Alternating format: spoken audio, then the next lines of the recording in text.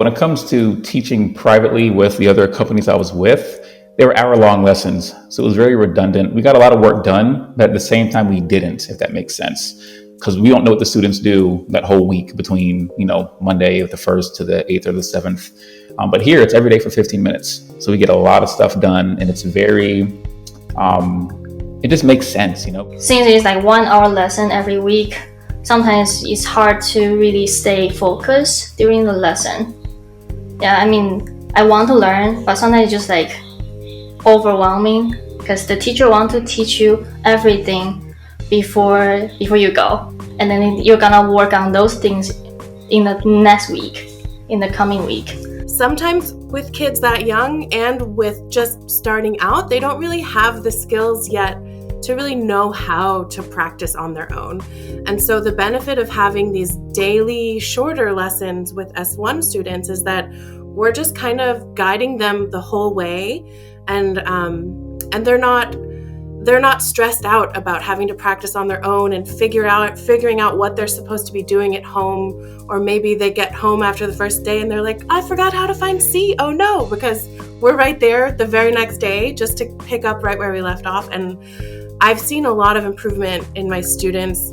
I think something cool about Oclef is that we personalize lessons for each student. So essentially, I will listen to what they're talking about because they're going to keep going if you don't stop them. There's a right way of doing it. So whatever they're talking about, I try to bring that into the lesson. That's why my lesson is really focused on what they like to do, whatever hobbies, whatever music they listen to. I take that and I incorporate it into the lesson. That way they still have that free reign to talk about what they want to talk about, but they also are taking in what I'm giving them. Oclef has many classes that students can take daily. They take Kaizen, which is one-on-one tutoring. There's theory to learn musical foundations. There's musicality, which teaches them a different musical concept and things like dynamics or rhythm and allow them to practice them. We have Audiate, which teaches ear training and singing, Pop to intro people to pop songs, and we have so many options. I teach Kaizen and Audiate, and the kids show up and they love it. Every class have their own purpose. Kaizen is like to help students get better idea when they practice things.